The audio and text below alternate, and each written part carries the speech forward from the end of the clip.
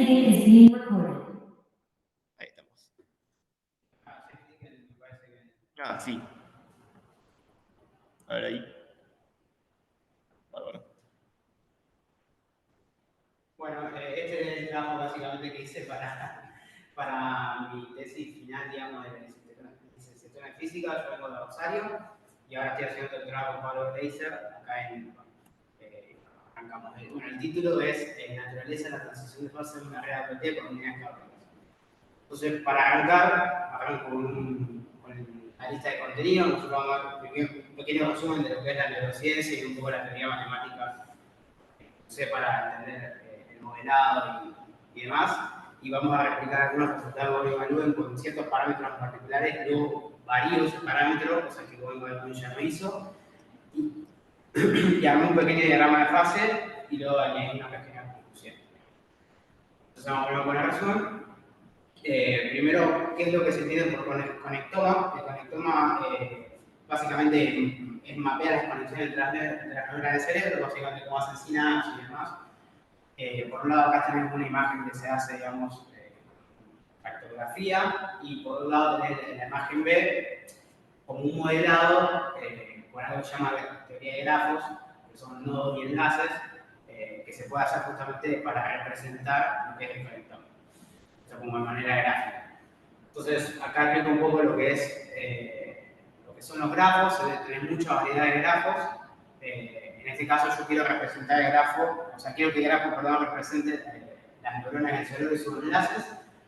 Y tenés distintas variedades, como las que están conectadas entre sí y no tienen un peso entre las conexiones. Es decir, no hablo de intensidad de conexiones, simplemente es binario, está conectado o no está conectado. Y tampoco hay redireccionamiento, o sea, direccionamiento. Acá hay como una dirección privilegiada que tienen las neuronas, o los nodos, de manera general. Acá esto es una red dirigida, es decir, que yo puedo definir si un nodo está conectado dependiendo de la dirección del enlace, y acá puedo definir la intensidad con la cual está conectado. Yo voy a trabajar con esto, como va a ser algo más binario. Esa representación, digamos, tiene un montón de otras representaciones. Se puede representar como una matriz de ceros y unos. Los elementos, digamos, de la matriz, en este caso la adyacencia que representa el grafo, tiene el elemento con 0 y 1, el elemento 0 que no esté conectado, 1 que esté conectado. Y después tener la matriz más linda de colores, que es como más visual, más tener muchos elementos. Claro, ahí es simétrica porque es... En este caso, es simétrica justamente porque no es direccionada. Entonces, acá se puede ver y se puede apreciar justamente que es simétrica justamente por eso. Si tuviera dirección, ya no tendría esa propiedad. Los parámetros como importantes para tener en cuenta, en este caso para caracterizar la red de la manera en la que yo la hice, fue entender lo que es el grado de un nodo, que el grado de un nodo es la cantidad de enlaces que tiene un nodo dado, una neurona en este caso podría ser. Hay un montón de modelos de redes que se pueden hacer, tipo redes sociales, neuronales y demás. Todo lo que son redes complejas sirve para modelizar eso. Yo particularmente estoy metiendo en la neurociencia por eso digo. Bueno, entonces, podés definir el parámetro caso B como el grado 1, después llevarlo a un promedio de toda la red, que es lo que yo voy a variar básicamente en el problema. El clustering de un nodo, que clustering viene a parar al grupo de agrupamiento en realidad, que tiene que ver cómo los nodos están interconectados entre sí. Es decir, si vos tenés una red, por ejemplo, de amistades y tenés dos personas y vos, el clustering básicamente mide si esas dos personas que te conocen a vos también se conocen entre ellas. Esta triangulación, digamos. Entonces tiene que ver un poco con la cantidad de triangulitos que se arman en la red, por así decirlo, de manera visual. Y después obviamente se puede llevar a una parte más global, caracterizando la red, que están conectados o interconectados a la red. Y después hay otro parámetro que es la distancia mínima entre dos neuronas, que son los saltos que hay, mínimos que hay entre un nodo y un nodo J para llegar justamente del día de J, y se puede llegar justamente igual, de la misma manera que antes, a un promedio de toda la red. Esos son los parámetros básicamente más importantes que utilicé. Antes de meterme más en el tema, acá hay un modelito que en otras charlas se habló del modelo Walsh-Strogas, que es básicamente un modelito que lleva una red regular evoluciona con una probabilidad P y la lleva a una red totalmente aleatoria. Bueno, en el punto medio, ahí están las redes que son small world, que tienen una propiedad de clustering alto, orden bajo. Las redes small world justamente son las redes que existen generalmente, o las propiedades, o las redes que están generalmente en la biología y en la sociedad, tienen propiedades small world, es decir, clustering alto, orden bajo. Este es un caso particular con 20 nodos y vemos un poco gráficamente cómo a medida que aumenta la probabilidad con la cual se va desconectando uno de los nodos, se va a quedar generando esta aleatoriedad. En el punto medio está la propiedad justamente de Malworld. Bueno, este es un grafiquito, este particularmente lo hice yo y este lo saqué del paper de Quasi Stroger. Simplemente lo que hice fue volver a replicar para ver que esté haciendo todo bien en su momento. Básicamente agarraba redes, la evolucionaba con una probabilidad P y se ve que, bueno, hay redes que tienen justamente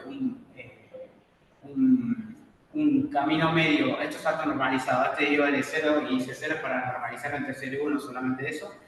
Pero se ve como la red va teniendo un L bajo y un C alto y después pasa a tener un C muy bajito y un L muy bajito. La idea está en el medio, digamos, o las propiedades en las que uno quiere trabajar, o sea, las propiedades con las cuales quiere elaborar son redes justamente con esas características, digamos, que tengan esta propiedad de C alto y bajo. Bien. Esto es algo, para mí una figurita muy linda que muestra la red estructural de distintos animalitos. Fíjate cómo acá, lo que a mí me parece muy interesante, uno cuando aprende a leer esas cosas que yo ahora me costó bastante en su momento, es cómo se forman estos pequeños grupos, ¿sí? En el medio son como cuadraditos que se forman. Esos son justamente clústeres de neuronas que se van activando, ¿sí? Y se van sincronizando entre sí.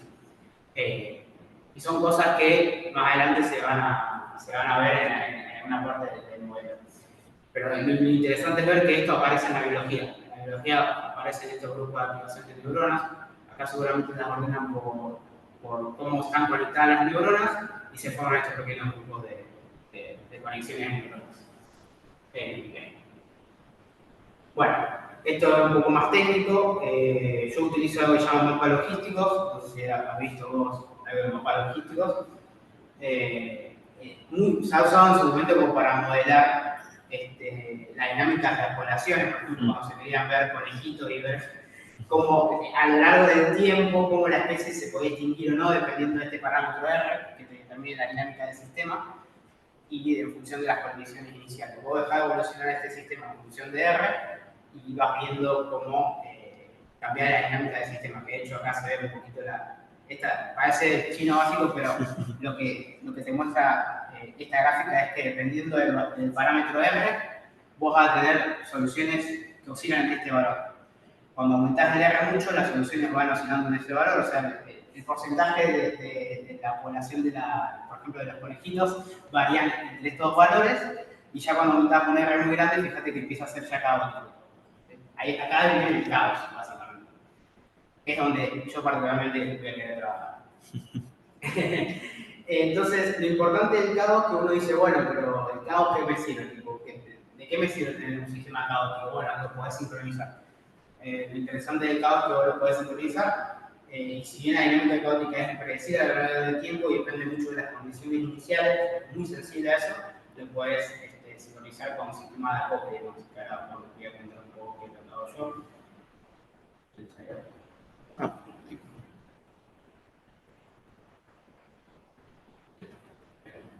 Vamos con el modelito. En el modelito uso un mapa logístico un poquito diferente, pero es análogo.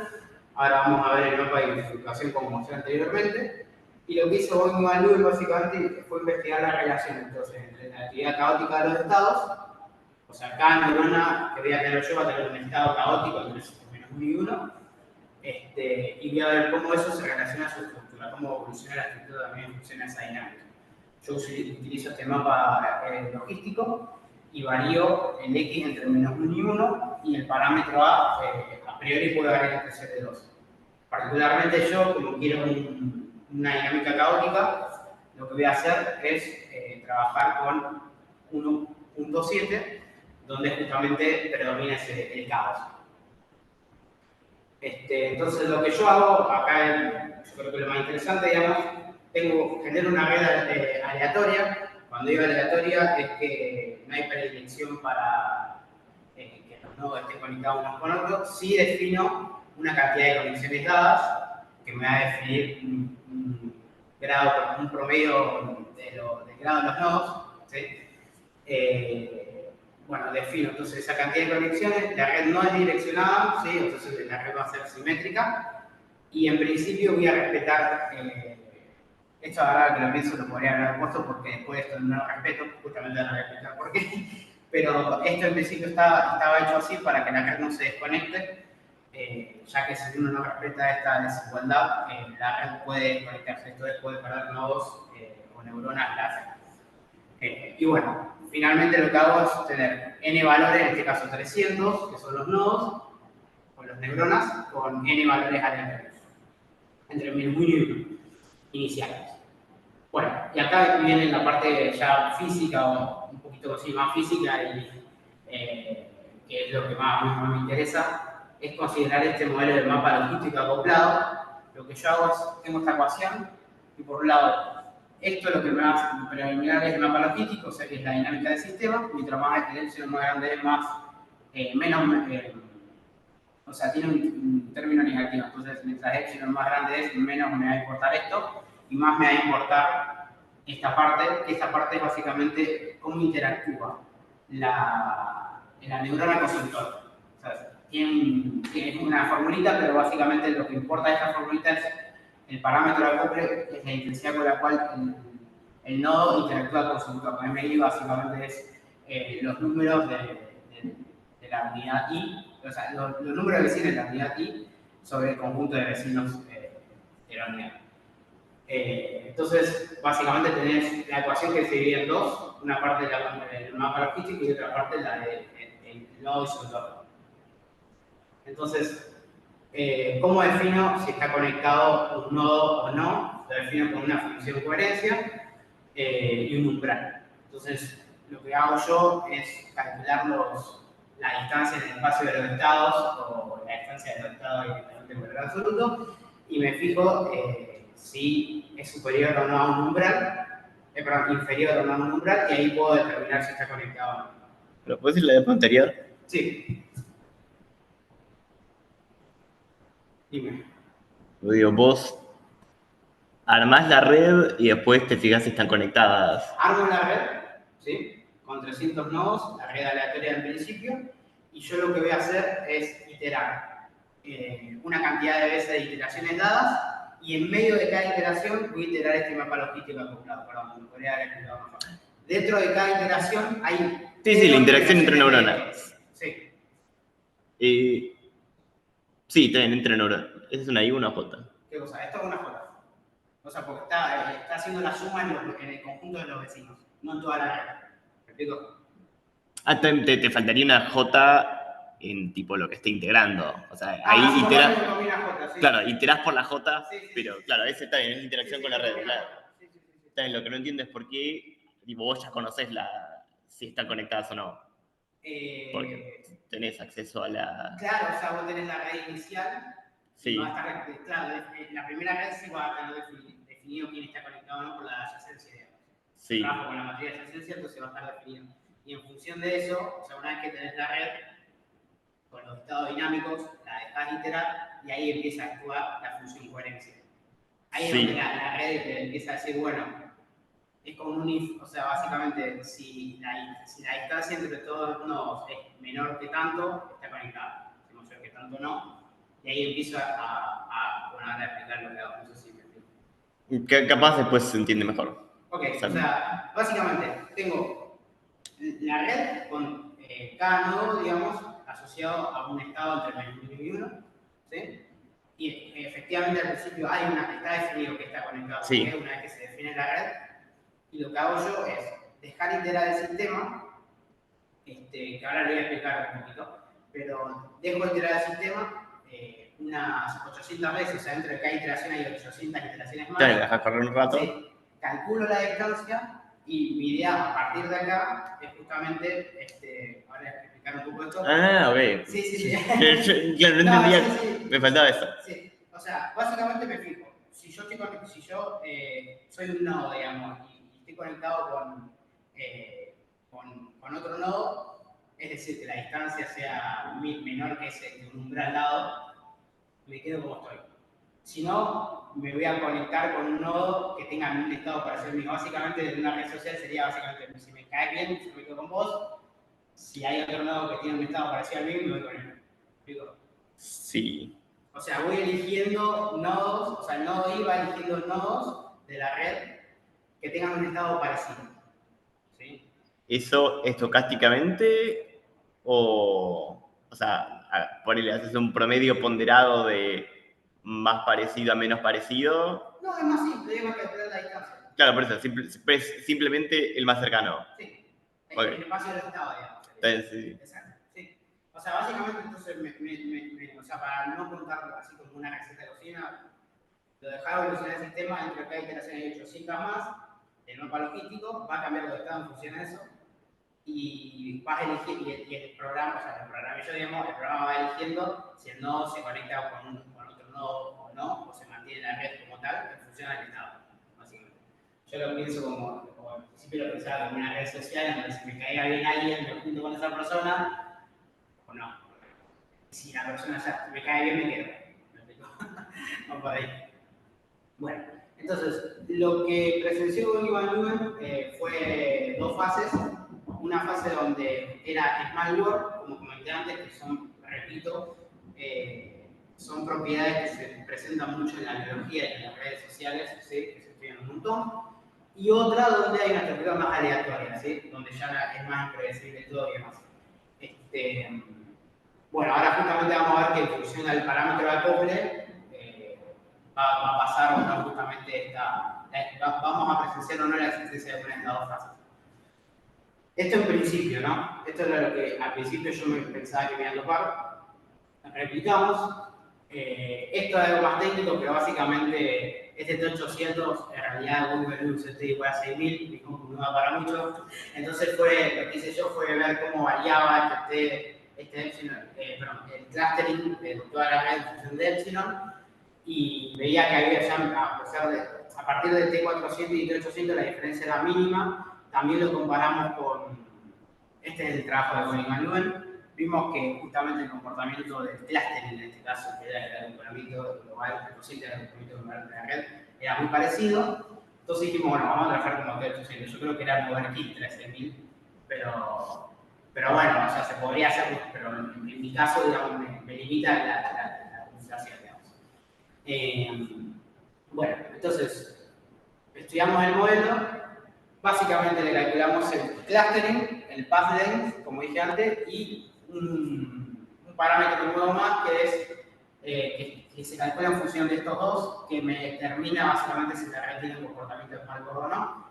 El criterio es básicamente si este coeficiente es mayor que 1, empieza a tener ese comportamiento de Smart, o sea que pasa para algunos valores y para otros no.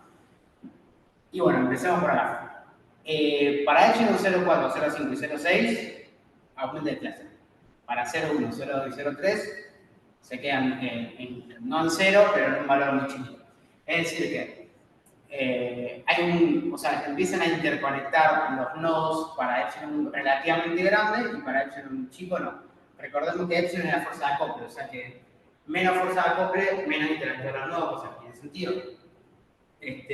Luego también se calcula el path length, que en teoría nosotros queremos uno relativamente bajo, si bien hay un aumento para Epsilon 0,4, 0,5 y 0,6, relativamente poco. O sea, hay un aumento, si uno ve la escala de 2.2 a 3.0, es poco. Y lo calculamos con esto que ya está predefinido y recontraestudiado de las redes, digamos, para estudiar parámetros que midan si una red tiene comportamiento de maduro o no. Justamente nos está dando que para Epsilon 0,4, 0,5 y 0,6 tiene un comportamiento de redes maduro. Cosa que era lo que preveíamos. Después lo que hicimos fue estudiar el comportamiento del cluster en función del grado de los nodos y vimos que para Epsilon 0,3, es decir, para las redes con comportamiento comportamiento aleatorio, digamos, vemos que tiene sentido que los nodos en general sean chicos. O sea, tiene sentido, a pesar de haber dejado de iterar el sistema un montón, en este caso hasta 100.000 veces. Recordemos, tenemos 100.000 iteraciones y dentro de cada iteración 800, o sea, que son un par. Y tenemos 300 nodos, o sea, son del orden serio, justamente. Bueno, bien. Esto para Epsilon 03, es decir, para redes aleatorias. Ahora, para Epsilon 05, es decir, para las que nosotros suponemos que ya tienen una pila de malware, vemos efectivamente que los nodos el grado de los nodos empieza a crecer y empiezan a haber ya nodos con con un grado mayor, digamos, cosa también esperable, digamos, simplemente para chequear de que esté todo y que quede en consecuencia de lo que nosotros estamos pensando. Bien. Esta me hace la parte más linda, digamos, del trabajo, un poco de visualizar la parte de red aleatoria y red del mundo pequeño y cómo se forma la estructura de comunidades.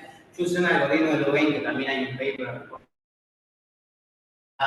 generar estas redes, vos capaz lo conoces seguramente, Louvain. Me suena de nombre. Es un lugar Louvain, digamos, pero... Sí, ¿es el de los 7 puentes? No. No, eso era el otro lado, el de los 7 puentes. Pero después buscar el Louvain Community Structure y va a ver qué te sale. Pero básicamente es un lugar donde se hizo un trabajo en cómo poder modelizar la red y cómo graficarla de esta manera. Que qué lindo. O sea, yo no me basé, digamos, no sé bien cómo lo hacen, lo estudié, lo leí por arriba, pero no fue el chiste de mi trabajo. Simplemente cité el artículo y utilicé el programa que ya estaba predefinido. ¿Qué es lo interesante acá? Vemos que para la red con un valor de acople bajo, tenemos una red aleatoria y vemos que a pesar de que itere la iteración 0, la iteración 10.000, la 100.000, vemos que naturalmente no hay una diferencia grande. Vemos como una red ahí como una maraña de cosas. Digamos. Ahora, ¿qué pasa si el valor de acople aumenta a una red de malware? Bueno, acá es algo más lindo, es como que se ve que a partir de las iteraciones se van formando estas comunidades y estas comunidades justamente indican cómo se van juntando los nodos que están conectados parecidos. Esta barra de valores lo que me indica es, en función del valor del nodo, tiene un color. Acá que son amarillitos, todos estos nodos tienen el estado de todos estos nodos está cercano a 1, acá y en rojo está más cercano a -1, y bueno, hay puntos intermedios, ¿no? Donde está más tirando a 0, ¿no? Y a medida que yo voy iterando más, dejando de evolucionar el sistema aún más, vemos cómo se crean más grupos todavía, ¿sí? Y fíjense que justamente cada grupo se puede ver, hay algunos que están medio como mezclados, pero en general tienen la misma gama de colores, es decir, como que se atraen, por así decirlo, se caen bien, no sé. O sea, tienen el estado bastante similar, eso es el punto, digamos. Yo creo que ese es el resultado lindo del trabajo. Por otro lado, está la relación entre la estructura de la red y los estados dinámicos. Yo lo que hice fue graficar básicamente la matriz. O sea, en este caso la matriz adyacencia de 0 y 1, y esta es la matriz donde en vez de tener 0 y 1, le meto la función coherencia, el DIJ, lo meto acá. Y justamente va a tener un valor entre 0 y 2 porque la distancia mínima va a ser 2 entre 1 y 1, la distancia esa va a ser 2 y la mínima va a ser 0, cuando son iguales los estados casi. Bien. Esta es una gráfica que tipo muestra, esta es una red aleatoria, no, simplemente demostrativa, y ahora muestro un poco lo que es correspondiente a la matriz con Epsilon 03, que tiene un comportamiento aleatorio. Lo que me parece interesante acá es que, primero, la diagonal siempre va a ser 0, porque yo ordeno los estados de mayor a menor y a su vez una neurona no está conectada con sí misma, a priori en este modelo. Digamos. Entonces, toda la diagonal siempre va a ser 0, básicamente. El elemento II indica la conexión entre la neurona I con sí misma. Bien, lo interesante de acá es que, fíjense que cuando la matriz esta DIJ o coherencia es más tirando a blanco, pareciera que está todo sincronizado bien. Es interesante porque sincronizó la red, pero la estructura no cambió en nada. Esto tiene que ver un poco con los tiempos que tiene la red para cambiar su estructura o sincronizar. En este caso, los nodos se sincronizaron un poquito, pero la estructura de la red no cambió nada, básicamente. Ahora, ¿qué pasa para Epsilon 0.5? Es decir, para un factor de acople más grande. Fíjense que, bueno, esta es la aleatoria inicial, evoluciona en el tiempo, y acá por un lado vemos ya cómo se forman estos clusters, digamos. De alguna manera se puede visualizar, en este caso la matriz esencial, acá se ve mucho mejor. Vemos cómo hay estados sincronizados, en realidad acá lo que vemos es la dinámica del sistema, cómo se sincronizan, y acá vemos ya cómo existen estos grupos. ¿Sí? Y esto es lo que a mí me parece una de las cosas también lindas del trabajo, es que puede reproducir cosas que aparecen en la biología, digamos, que es justamente la creación de grupos o cómo se conectan las neuronas y cómo se agrupan las neuronas, que es básicamente lo que pasa ahí. Y bueno, es un poco también entender de que, nada, que justamente forman grupos como en la biología. Después, nosotros nos pensamos, bueno, entonces tenemos un grupo, tenemos distintos valores de epsilon y a partir de un valor, la naturaleza de la red empieza a cambiar. Decimos, bueno, a partir de un valor de epsilon empieza a haber estas agrupaciones y por debajo no. Entonces lo que hicimos fue iterar por varios valores de epsilon y nos quedamos con 0.365, que era un valor que estaba relativamente cercano al punto crítico, o sea, a partir de ese punto creíamos que por arriba sin sincronizar y por abajo no.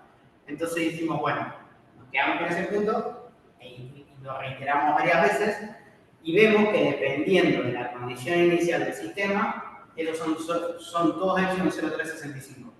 Hay veces que el clustering, este es el clustering, a veces aumenta y a veces no. Y eso tiene sentido porque en los puntos críticos justamente las transiciones de fase están caracterizadas justamente por variar mucho en función de la condición inicial en estas propiedades. Bien, entonces determinamos que para este parámetro promedio de causa, que es el grado promedio de los nodos, el epsilon crítico está cercano a 0.365. Ese fue el primer paso. Y bueno, no voy a mostrar muchas más gráficas, voy a mostrar alguna particular, pero básicamente todo esto lo hicimos para un montón de redes con distintos valores de cálculo. Para acá, igual a 9, la única gráfica que voy a mostrar es esta, es que se desconecta la red, cosa que Gomi Volumen no lo mostró, pero cuando vos bajás mucho el grado promedio de los nodos, la red se desconecta.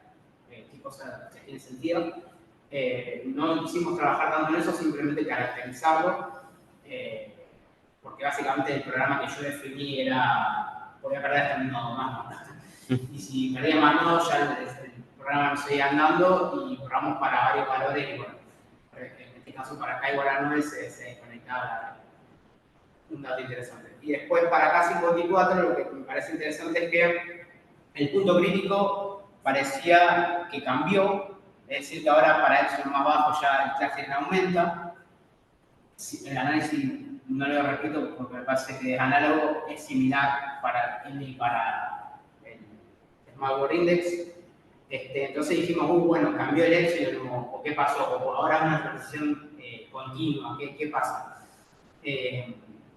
Entonces, bueno, antes de seguir con eso, algo interesante también es ver cómo aumenta drásticamente al aumentar el número de conexiones, los grados de los nodos, y sobre todo esto para Epsilon 0.3, o sea, en teoría antes era para random, pero ahora ya la red evoluciona un poco muy pequeño, y para Epsilon 0.5 ya se forman algo que se llama hubs. En neurociencia están, bueno, viste que están hay nodos como primarios, o sea, nodos con una... Los más centrales. Nodos centralistas, no sabían tienen una hiperconectividad. Si vos tocás ese nodo, la red la podés joder básicamente, porque es un nodo muy importante y por ahí pasan un montón de conexiones. Y pasa, de hecho, se estudia, digamos, ¿qué pasa si yo tengo un cerebro y le quito esa neurona? A veces hay quilombo, digamos. Entonces es interesante que a partir de no meter ninguna neurona ni ir agregando enlaces, sino manteniendo más enlaces pero constantes en promedio, vemos que se crean hubs, cosa que antes no pasaba, digamos. Ya tenemos nodos con un grado muy alto. Eso es interesante, y por otro lado, al igual que antes, iteramos mucho Epsilon y pareciera que ya no hay un Epsilon crítico, sino que ya empezás a tener para una distinta gama de Epsilon, empieza a aumentar ya. Esto a mí me llamó mucho la atención porque era como que cambiaba ya el concepto de que para un valor crítico aumente y no, sino que ya se difumina ese valor y la transición de fase ya no es discontinua, sino ya es continua. Y eso nos preguntábamos qué pasaba ahí. Entonces lo que hicimos fue armar un diagramita de fases. Ahora lo vamos a ver a continuación, que básicamente todo ese análisis lo hicimos para un montón de valores de K y vimos cómo para este epsilon asterisco es el epsilon crítico, que nosotros consideramos que a partir de ese epsilon para arriba hay redes que evolucionan en mal borde y por debajo no. Vemos cómo ese epsilon baja en función de la cantidad de enlaces y tiene sentido que si uno tiene una cantidad de enlaces increíblemente grande en comparación a la red que está trabajando, recordemos que la red que nosotros tenemos son 300 nodos, ya el epsilon que necesites para que la red empiece a crear grupos es cada vez menor. Así que no es una cuestión de que el epsilon, por lo menos al principio yo pensé que sí, que cambiaba la naturaleza de la transición de fase, es simplemente que aumentás demasiado la cantidad de conexiones, entonces el epsilon cada vez tiende a cero. El epsilon crítico. ¿Vos eso lo calculás numéricamente? Sí. O sea, lo que hago yo es iterar un montón de veces y ver que o sea, voy iterando entre valores cercanos a lo que yo considero el epsilon, buscando a mano. Sí, digamos, eso sí, claro. Y ver cómo va variando, digamos. Cómo ese epsilon cada vez que aumenta la cantidad de conexiones va siendo menor. Está bien. No digo, hay maneras analíticas de calcular el epsilon crítico, pero no sé si es justo con tu modelo. Sí, no, la verdad que no, yo no, por lo menos con mi director no encontramos otro, debe haber. No, pero el que conozco es con tipo Small World clásico, Okay. cuando es simplemente parto del circulito y después hago conexiones random. Había como una aproximación que te daba un epsilon crítico analítico, pero acá no sé si aplica. Sí, no. O sea, creo que y esa demo iba con alguna aproximación de por medio. Sí. Particularmente no encontramos nada así, pero puede existir tranquilamente. Nosotros lo buscamos como a la pulmón, digamos. Y por otro lado, el diagrama de fase este lindo, que es un poco que como muestra que para distintos valores de epsilon y K tenemos estado de la red desconectada, es decir, que me faltan puntos claramente a mí, cada punto me toma como 8 horas por eso. Y aparte, imagínate, me he equivocado y al principio con el modelo y demás, tengo que seguir iterando cosas, pero generalmente la idea es buscar un par de puntos más como para mostrar que para este lado, digamos, de Epsilon versus K, vemos cómo tenemos redes desconectadas, básicamente. Para este lado tenemos ya redes aleatorias y para este lado tenemos todo lo que son redes Malvern. Es un diagramita de fase del sistema que la poco hizo Boeing Malvern y fue lo que, bueno, dijimos, bueno, vamos a hacerlo, ya que lo han hecho, simplemente para describir los distintos estados del sistema. Tenemos redes conectadas, que después se puede investigar qué implicación tendría en la biología, digamos, el hecho de que se conecte una red o no, y también qué significado podría llegar a tener en la biología el hecho de que el parámetro acople bajo implique que la red evolucione en aleatoria o el parámetro alto implique que evolucione en amargo. Así que simplemente eso, con eso terminé, digamos, más o menos el trabajo. Después la idea es meter todo este modelito en el Seligans. Viste que hay el Seligans. Las matrices generalmente no son, las redes generalmente no son simétricas en la vida real, pero hay una red simétrica, viste que el Seligans, viste que si vieron, hay una simétrica, la que es artificial, digamos. No sé si sabías. El Seligans.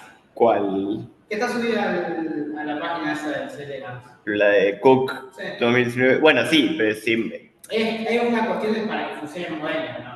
No es artificial. Ah, digo. es simétrica la foto. El C-Elegance tiene simetría. A ver, por un lado tiene simetría izquierda-derecha. Sí. Si bien la conectividad no es simétrica, vos capaz lo que decís es el conectoma eléctrico, Sí. que es simétrica porque los gap junctions por su naturaleza son grafos bidireccionales y te queda esa matriz simétrica, pero si además le sumás el conectoma químico, ya no te queda más simétrico. Claro, exacto. Ese yo no lo usé, yo usé el anterior.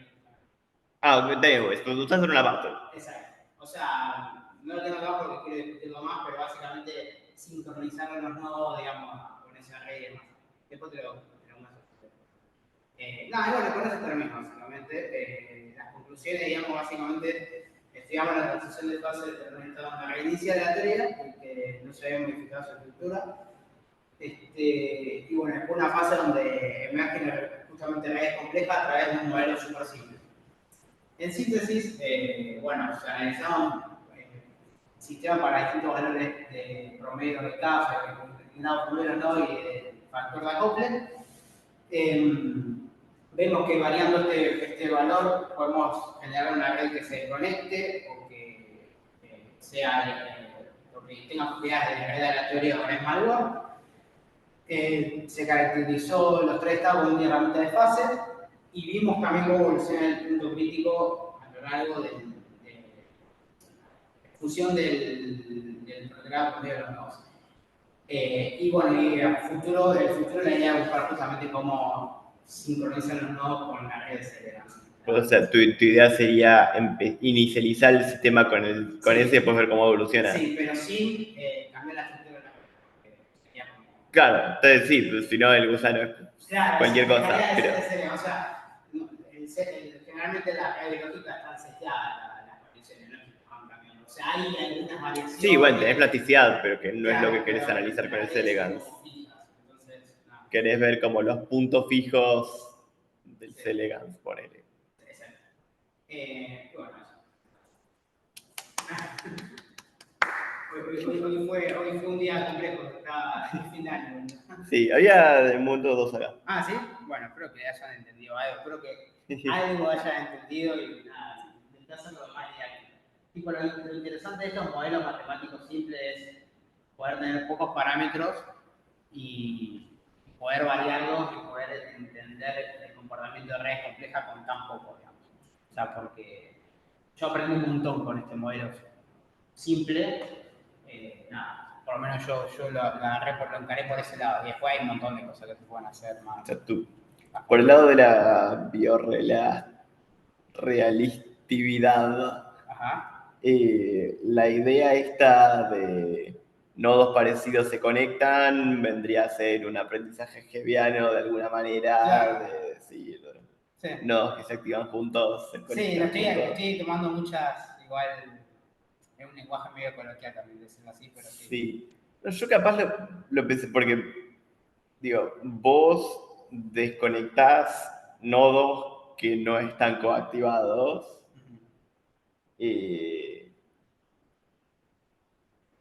Está bien, sí. O sea, es simplemente entender cómo, primero, a través del estado puedes sincronizar y cómo la sincronización te cambia la estructura de la red. Ese es el chiste. Y el parámetro epsilon, y en este caso también el grado por medio de los nodos, son dos parámetros muy simples, son como un parámetro de control muy simple de manipular. Sí. Creo que ese es el chiste, que sabiendo que vos conoces todos los parámetros posibles del sistema y el comportamiento de la red es sumamente complejo, que son la sincronización de los nodos, digamos. Es eso. Y lo otro es, ¿pensaste en expandir esto a redes direccionadas? Sí, a redes pesadas también. En algún momento mi idea es hacer algo así. Claro, redes pesadas también podrías tener. Porque esa no tenía peso. Sí, es la idea. O sea, todas las conexiones tienen el mismo peso. Exacto. Es binario, está conectado o no está conectado. Así que bueno. Que generalmente las redes de biología tienen pesos. De hecho, la de Celebrans tiene como un peso, por así decirlo. Sí, todas tienen pesos. Pero no uses los números esos que aparecen en el conectoma de Cook. son sacados de la anatomía, pero no parecen reflejar la realidad. Claro. Salió ahora podemos hablar un Dale, paper dale. de Leifer de Princeton, que es Sí. como muy pesado en C. elegans experimental, que armaba una especie de conectoma funcional, agarrando de a pares y estimulando y viendo cómo era la acción, y un poco servía para mostrar que el conectoma anatómico como herramienta de correlación en C. elegans anda mazo, en parte porque hay variabilidad entre gusanos, así que no puedes decir, este es el conectoma del C. elegans porque hay variación. Y además, el tema de conexiones extrasinápticas, que es medio particular del C. elegans, de cómo es tan chiquito, podés transmitir información exudando hormonas, moléculas, sin necesidad de una sinapsis física. Claro. Entonces es lo que denominan, en vez del wired connectome, el wireless connectome, porque son conexiones wireless. Sí. Entonces, nada, es como un pasito más de complejidad. Sí, tengo que leer un montón. Yo, de hecho, estoy con el paper ese. O sea, ya lo leí, pero lo tengo que releer. El de Cook. Sí. Y nada. Bueno, espero que haya quedado algo.